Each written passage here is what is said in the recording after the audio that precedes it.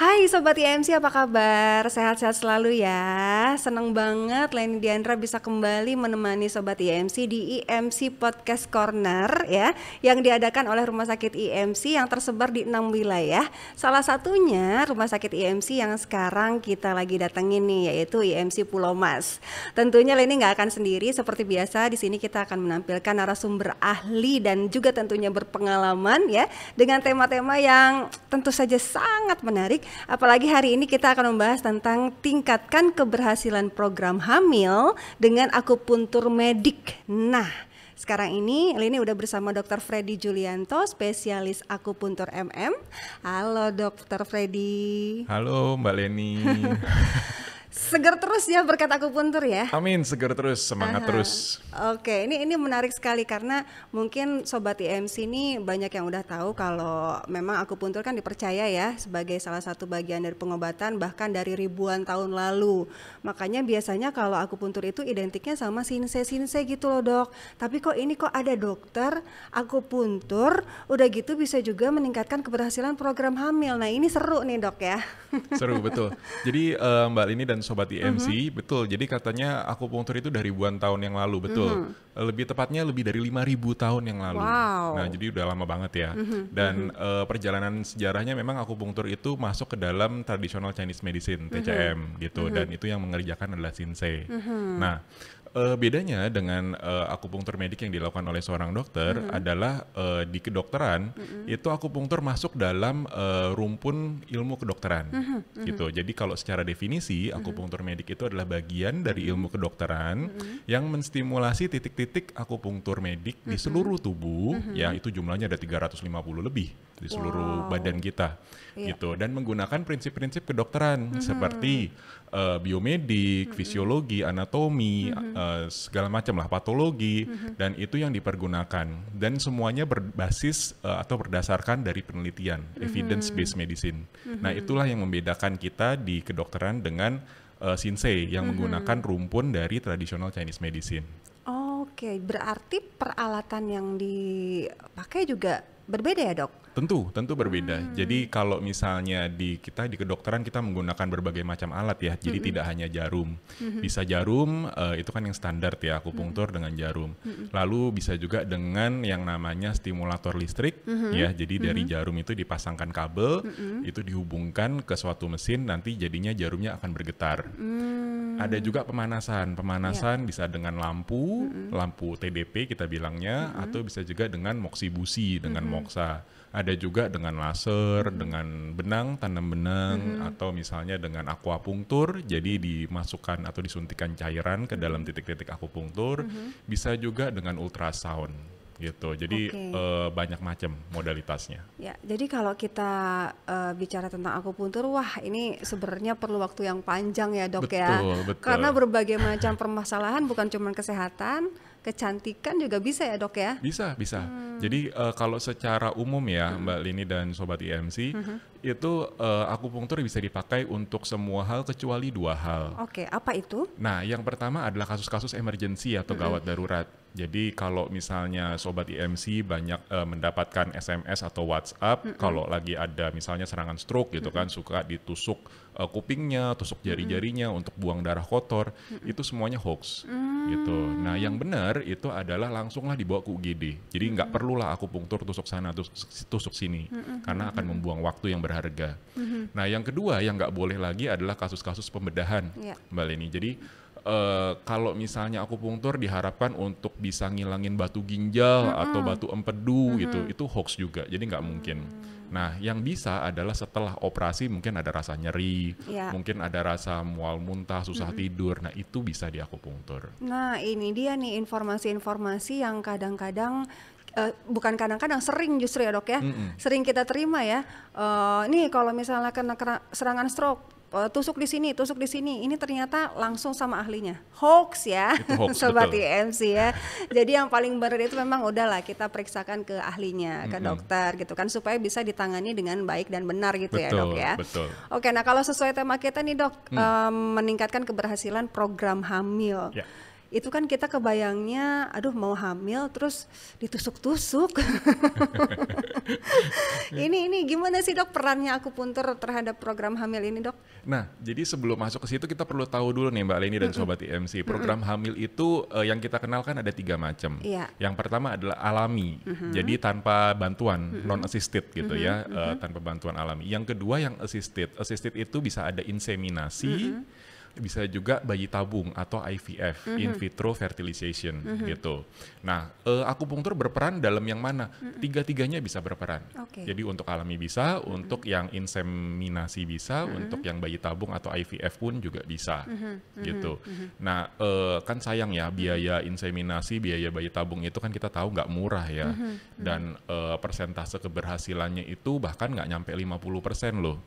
Nah, jadi kalau misalnya keberhasilannya kecil, alangkah sayangnya gitu kalau misalnya ternyata gagal sementara biayanya banyak gitu. Makanya akupunktur dipakai untuk meningkatkan persentase itu keberhasilannya. Itu cara kerjanya seperti apa dok?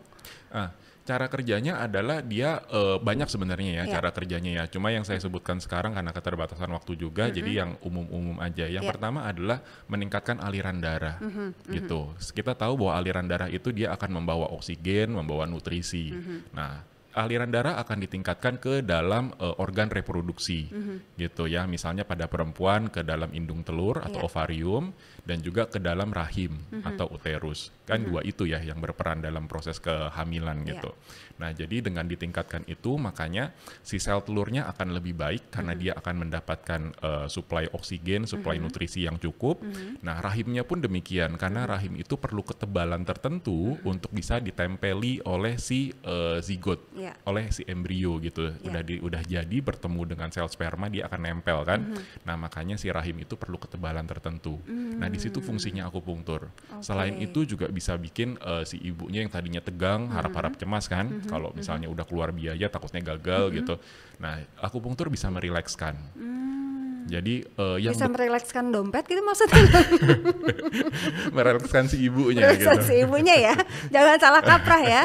Nah, jadi hormonnya pun akan tetap bagus. Jadi kalau kita tegang kan yang keluar kan adalah adrenalin. Nah, adrenalin itu punya pengaruh yang tidak terlalu bagus di badan. Nah, jadi begitu kita rileks, kita tidurnya bagus, hormon-hormon yang lain ya itu juga akan bagus. Jadi pada saat di akupunktur akan keluar yang namanya endorfin.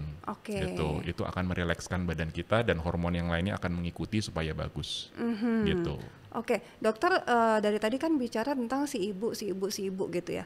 Nah, mungkin kita juga tidak bisa memungkiri ya yang namanya program hamil itu pasti harus ada peran serta dari suami juga gitu kan. Betul. Nah, ini yang melakukan akupuntur apakah memang hanya si ibu lalu suami support gitu? Atau memang suaminya juga perlu melakukan akupuntur juga, Dok? Enak banget ya jadi suami kalau hanya support. Iya betul, ini pertanyaan yang bagus sekali Mbak Leni. Jadi kalau misalnya program hamil itu perlu dua-duanya diperiksa gitu ya. Apakah memang ada masalah di pihak istri atau memang ada masalah di pihak suami atau kombinasi keduanya gitu. Kalau memang ada masalah di keduanya, alangkah baiknya kalau kedua-duanya juga diakupunktur Mbak Leni gitu. Jadi tidak hanya istrinya, suaminya juga karena dewasa ini masalah sperma itu makin banyak loh, Mbak Leni dan Sobat IMC juga.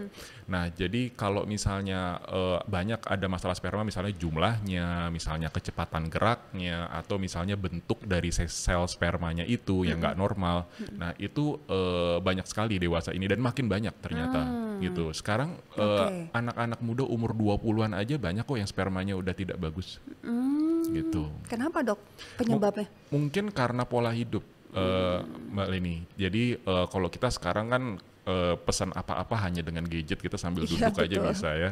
Kalau dulu kita mau cari makan kita harus berusaha dulu keluar rumah. Nah, terus juga radiasi belum lagi polusi. Nah, itu semakin banyak dan akan mempengaruhi. Gitu. Ya. Jadi langkah pertama itu kita harus cek dulu nih ya. Ketika akan melakukan program hamil, kita akan cek dulu apakah ada masalah, gitu kan ya dok ya. Betul. Kemudian kalaupun ada masalah ya dicari nih penanganan yang tepat itu seperti apa, gitu ya dok ya. Betul. Jadi untuk program hamil yang bagus itu justru pada saat persiapannya, gitu. Jadi jangan mulai dari saya udah bulan depan udah mau menikah gitu. Nah, agak kurang. Jadi kita perlu waktu kurang lebih beberapa bulan sebelumnya kalau kita udah mau merencanakan hamil ya. Beberapa bulan sebelumnya Jadi misalnya kita mau dulu. menikah, pengennya tuh setelah nikah pengen langsung punya anak misalnya gitu ya. Nggak bisa dong pengen langsung punya anak, Dok, harus hamil dulu. Harus hamil dulu. Betul. Maksudnya pengen cepat hamil. Berarti itu persiapannya harus beberapa bulan sebelumnya. Iya, Pak. Kalau saya sarankan mendingan setengah tahun sebelumnya, 6 bulan sebelumnya. 6 bulan sebelumnya. Karena kita perlu memodifikasi keadaan tubuh pada saat itu. Yang tadinya tidak bagus, misalnya suka ngerokok, misalnya suka begadang gitu ya, suka minum-minum gitu.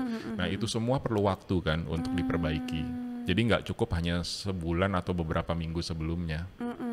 Oh gitu ya, ternyata nggak bisa kita mintanya instan gitu ya, Dok ya. Nggak Dok, bisa. saya mau program hamil, pokoknya sekarang saya mau akupuntur, seminggu depan saya udah harus hamil, nggak bisa gitu ya? Nggak bisa.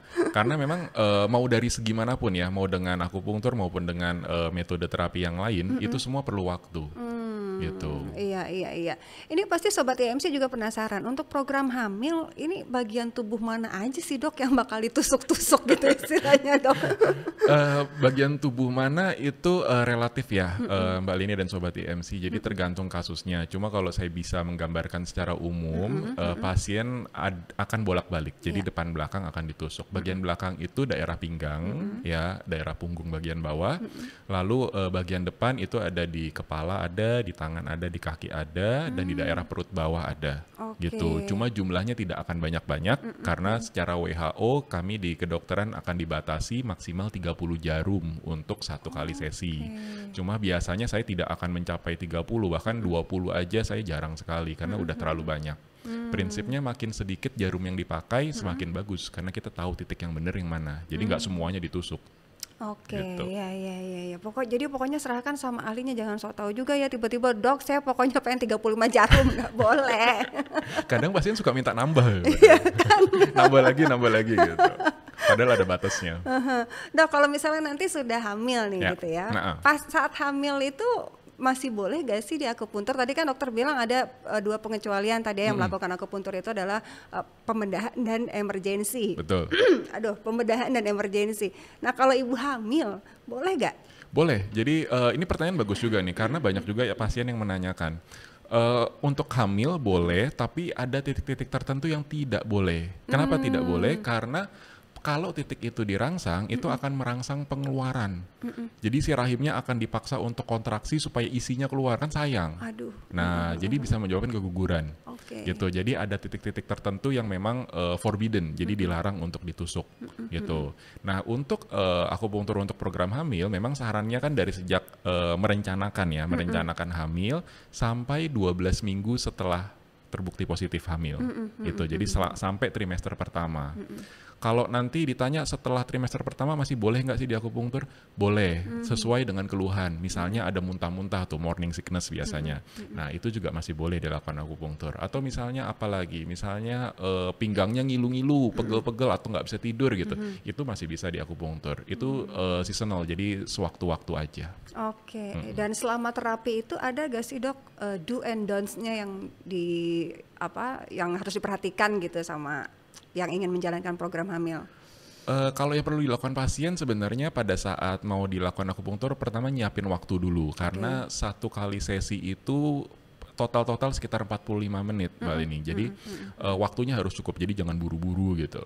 Luangkan waktu, terus yang kedua itu pakailah pakaian yang nyaman gitu. Itu penting. Jadi saya juga kadang suka minta pasien datang ke sini nggak usah rapi-rapi, nggak apa-apa, pakai kaos, celana pendek aja, pakai sendal gitu. Boleh, nggak apa-apa. Yang penting nyaman gitu. Terus yang ketiga adalah begitu mau diakupunktur, jangan minum kopi dulu, jangan ngerokok dulu gitu. Ini Karena akan berpengaruh terhadap apa, Dok? Ngaruh, karena pada saat diakupunktur kondisi badan yang rileks itu mempercepat penyembuhan, mempercepat regenerasi. Nah kalau kita minum kopi kan kita berdebar-debar, kita jadinya kan alert gitu. Ngerokok juga sama kayak gitu. Jadi kalau mau minum kopi boleh, tapi setelah akupunktur gitu, jangan sebelumnya. Iya, gitu. Yang penting justru rileksnya itu dulu ya dok ya, entah Betul. itu dari pakaian, dari yang kita makan Betul. gitu kan. Kalau Jangan kebelet pipis stres. dulu. Nah, Nah, oke. Nah, terus kasih tips juga dong dok, ya. gimana sih cara memilih jasa akupuntur yang bagus dan terpercaya nih buat sobat IMC? Nah, ini banyak masyarakat ya, sobat IMC yang masih belum tahu. Yang mengerjakan akupunktur di Indonesia itu yang secara resmi itu ada 3, Mbak Leni dan sobat IMC. Yang pertama itu adalah Shinsei. Yang tadi saya katakan di awal kan bagian daripada tradisional Chinese medicine itu Shinsei. Itu resmi. Jadi itu bukan nggak resmi, itu resmi.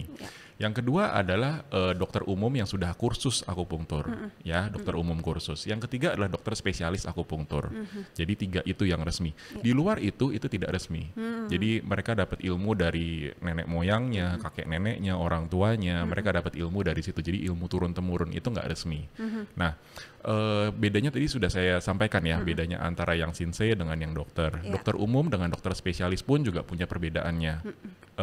Dulu sebelum saya spesialis, saya sebagai dokter umum kursus juga, saya diajarin itu sakit ini titiknya ini, sakit ini titiknya ini. Tapi begitu spesialis, ilmu itu akan diperdalam.